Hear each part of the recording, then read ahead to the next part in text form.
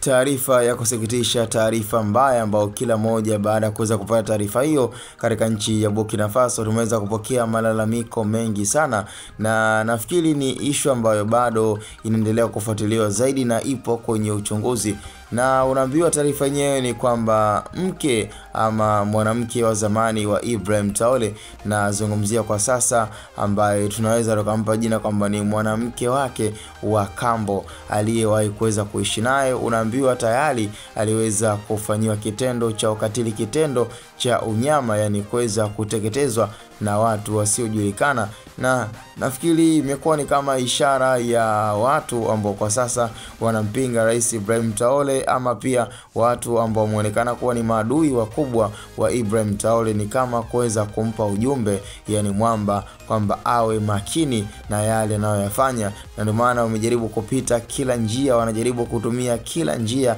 na kila mbinu kuweza kutoa taarifa na kuweza kumjulisha kamanda Ibrahim Traore kwa yale anayoyafanya na yale anayoyaamua, kwamba inabidi awe makini. Na kila mmoja alikuwa anafikiria tofauti sana baada ya kuweza kupata taarifa kwamba mwanamke wa zamani ambaye pia aliweza kuzaa naye mtoto, na nafikiri taarifa hiyo iliweza kutoka pia hata kwa mtoto wake ambaye ni Kedi Ibrahim Traore. Nafikiri kama unaweza ukapata airtime zaidi kuweza kumsearch katika mtandao wa Instagram, basi unaweza ukamuona Kedi Ibrahim Traore, kwa sababu tuliweza kuona pia kwenye posti ya Insta story kwa Kedi